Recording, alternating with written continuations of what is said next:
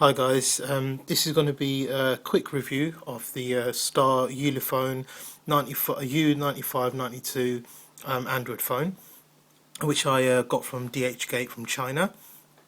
I'll put the link up. I think I've got it on a couple of posts above, but I'll put a link up on another post as well on this post.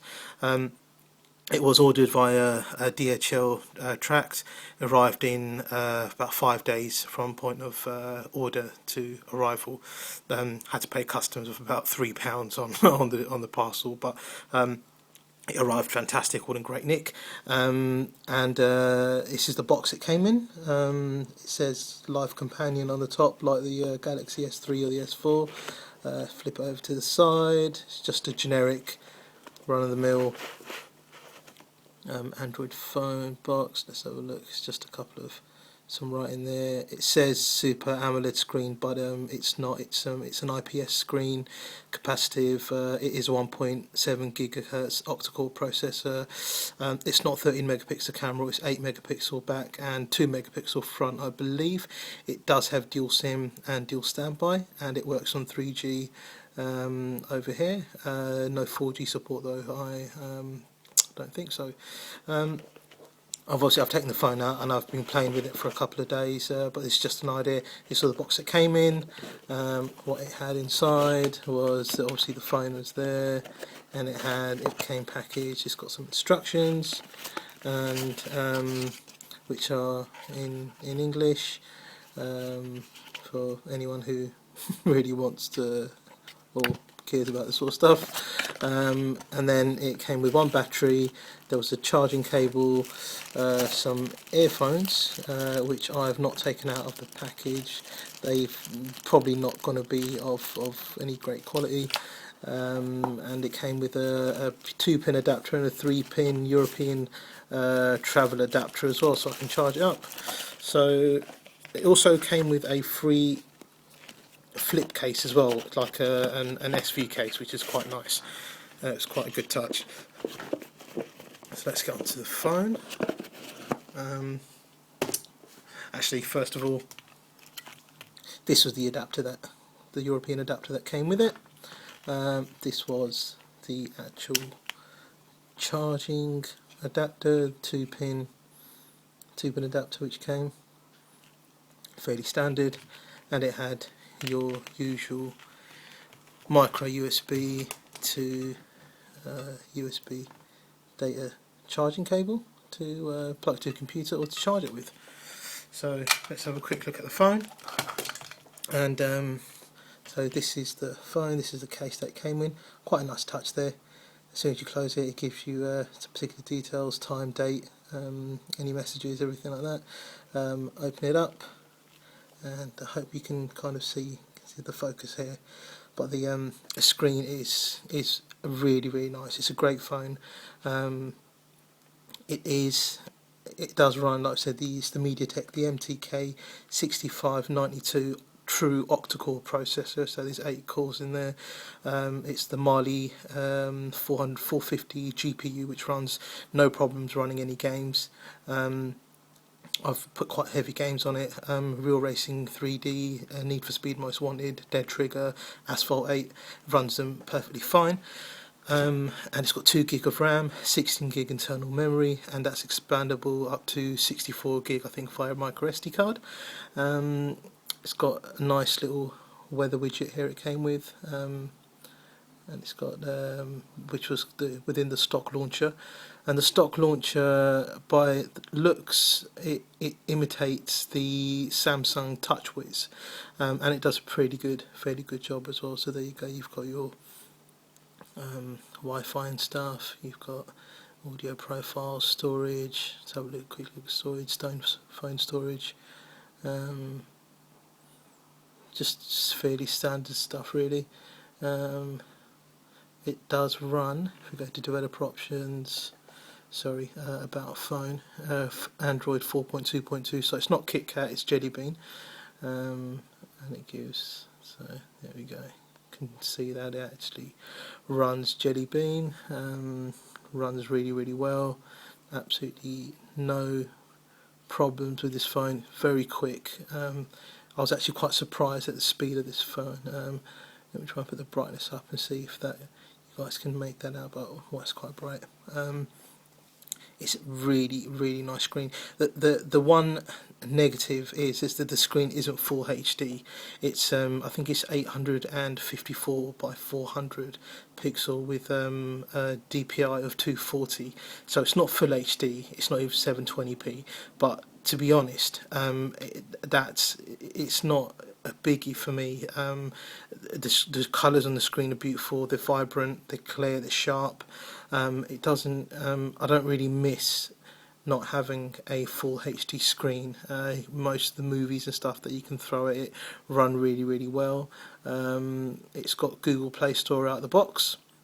One thing I'll say, the Wi-Fi on this phone is really good. It's brilliant. It's among the best I've seen. I've ordered quite a few Chinese phones from DHgate, including brands like THL, HTC, Pulid, and the Wi-Fi on those haven't been fantastic. They've been adequate.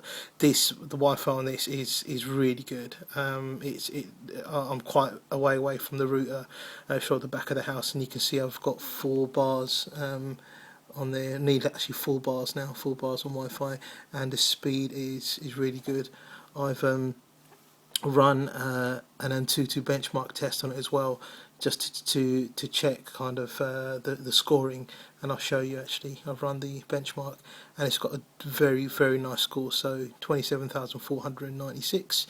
Let's have a look at the ranking of it in the bar chart. So compared against, obviously you've got your M8 HD at the top, and there's my device. Not too bad at all. Above the Samsung S4, and for a fraction of the price. I mean, this, including shipping via DHL to UK, was £120, and that's it. And for that you get true octa-core Pro phone with 2 gig RAM, 16 gig internal memory. Let's have a look at device info. So it comes up as the brand, which says Alps, and then there's some various other information. So you've got the MTK 6592, you've got your Mali 450 MP GPU render. So there's a resolution screen, like sorry, it was 480 by 854. So not the best, but it's okay. It's good. I mean, I wouldn't say it's exceptional, but it is very good.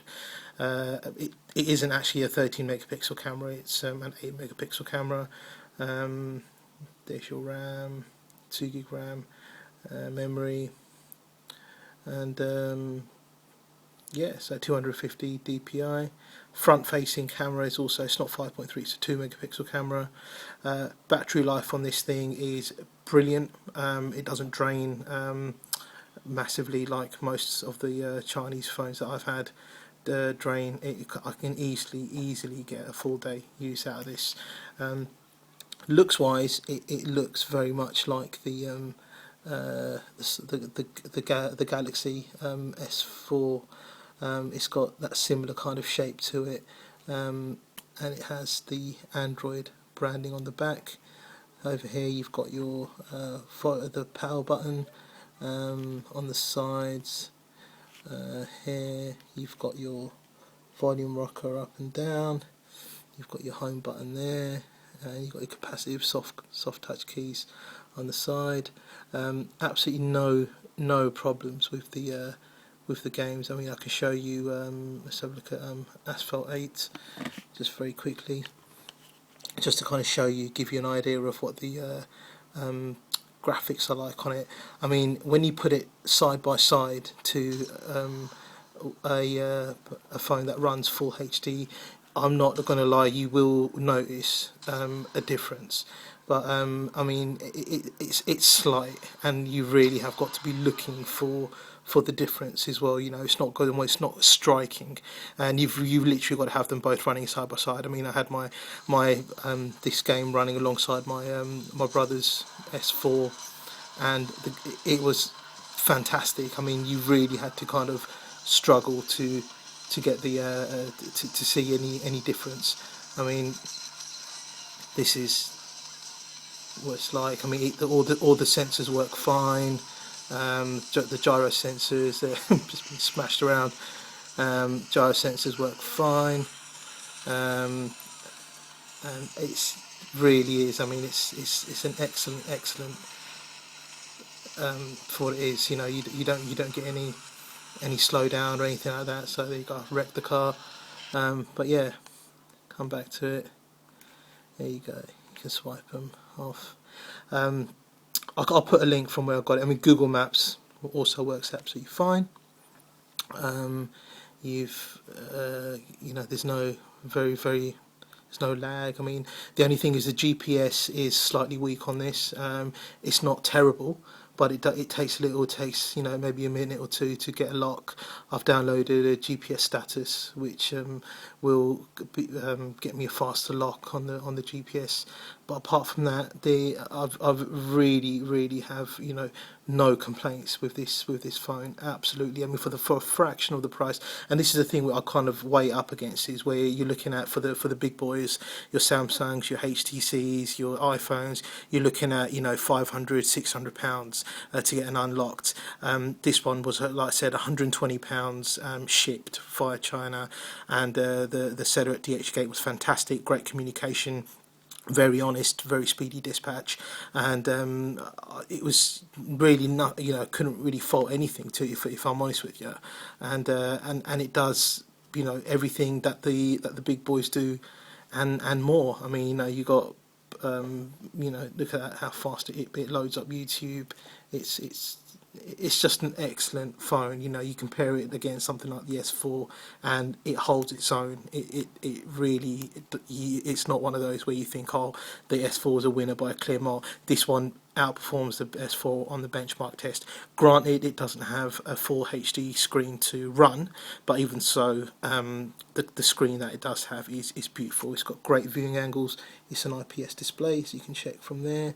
Look at the sides. Viewing angles are really good, and I've really not had huge problems. You know, the kind of copy of TouchWiz that this runs is very good. There's no software hang-ups, there's no lags on it, there's nothing like that. So I'm more than happy with this phone. If there's anything in particular that people want to know about, then let me know, and I'll try and do what I can. I downloaded another thing called CPU-Z, which again, it tells you the different, how many cores it has on it. So you've got 8 cores on there, and it tells you all the different sensors and stuff. So yeah, if anything else anyone needs to know, just write and I'll try and answer. Alright, thanks.